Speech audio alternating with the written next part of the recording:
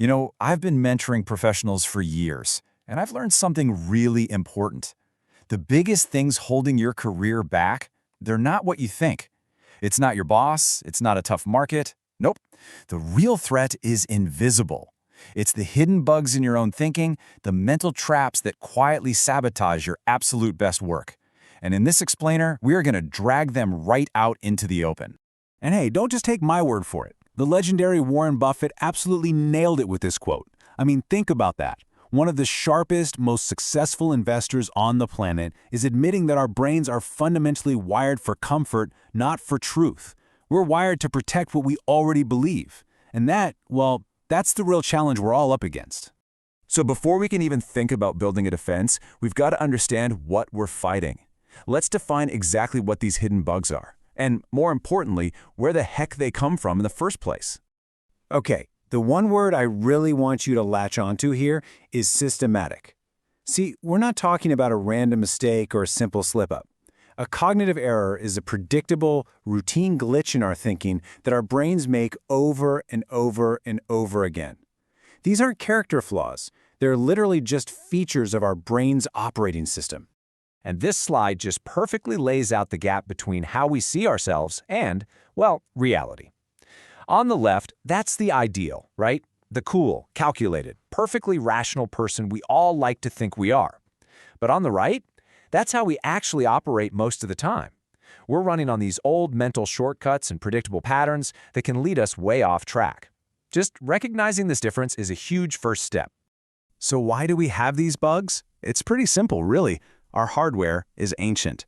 Our brains were built for a world of saber-toothed tigers and finding the next meal, a world where instant gut-level judgments meant staying alive. But that same wiring creates massive blind spots in the modern office, where what we really need is slow, deliberate, logical thinking. We're basically running Stone Age software in a digital world. All right, enough of the theory. Let's get practical. We're going to dive into two of the most common and most destructive traps out there. These are the kinds of thinking errors that silently kill projects and derail careers every single day. Now, I want you to really think about this for a second. And be honest. We've all been there, haven't we? That marketing campaign that's clearly going nowhere, that stock you keep holding on to as it just plummets, that feeling of, I've already put so much into this. Well, that feeling is incredibly common, and it has a name. This is the sunk cost fallacy, and it's a killer.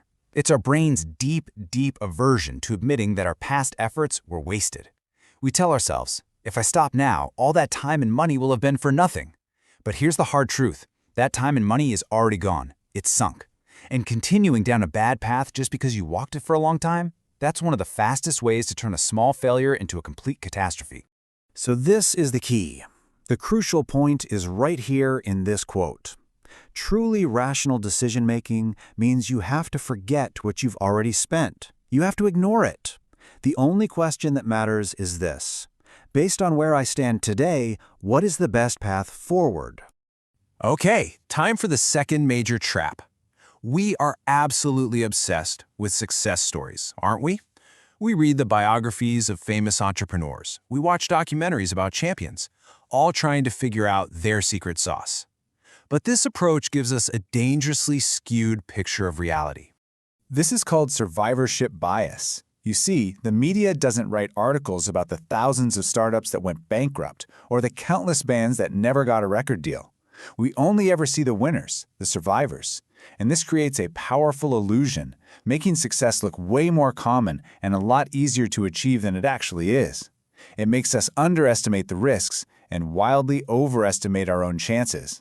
The antidote to this is simple, even if it's a little bit grim. You have to actively go and visit the graveyard. And I mean that metaphorically. You need to seek out the stories of failure, study the companies that went under, analyze the projects that got the plug pulled, figure out why they failed. This isn't about being pessimistic, it's about being a realist. That walk through the graveyard is going to give you a much clearer, more accurate map of the road ahead. All right, so we've looked at the traps that can get us when we're working by ourselves. But what happens when we step into a group setting?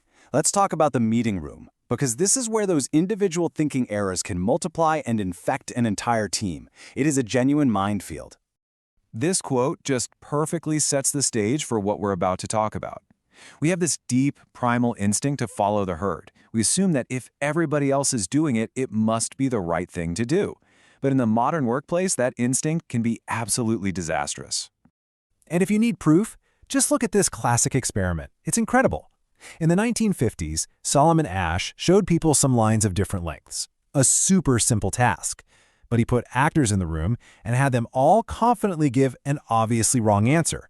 And get this, a full third of the real participants just went along with the group, denying the clear evidence of their own eyes. That's how powerful social pressure can be. This phenomenon is called social proof. And in a business meeting, its evil cousin is called groupthink. This is that dangerous situation where everyone seems to be in agreement, so you keep your own doubts to yourself. You don't want to be that person who rocks the boat. The problem is, everyone else in the room is thinking the exact same thing, and the result is the entire team confidently marches right off a cliff together. And now we get to the big one. The source material calls this the mother of all misconceptions, and for very good reason. Confirmation bias. It's our brain's natural tendency to act like a biased lawyer, not an impartial scientist.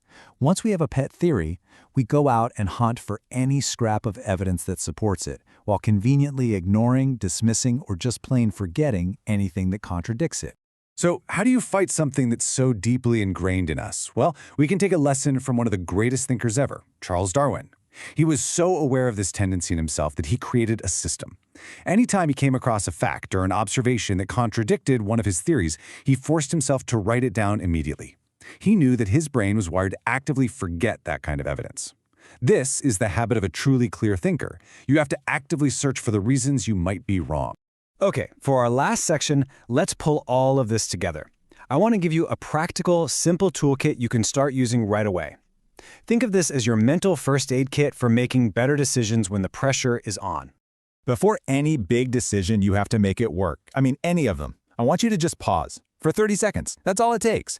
And run through this quick checklist. Number 1, am I only seeing the success stories? That's your defense against survivorship bias. 2, am I trying to justify costs that are already gone? That's how you beat the sunk cost fallacy.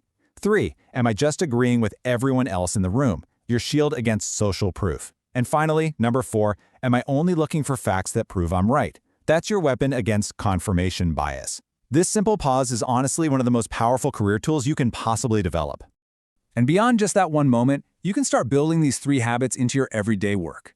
First, make it a reflex to seek out evidence that contradicts your beliefs. Ask, what if I'm wrong, before anyone else does?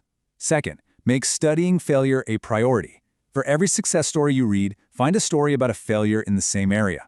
And third, practice what I call radical present focus.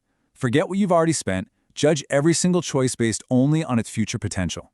These aren't just clever tricks, they are the absolute building blocks of a sharp, effective professional mind. So, I'm going to leave you with this one question to think about.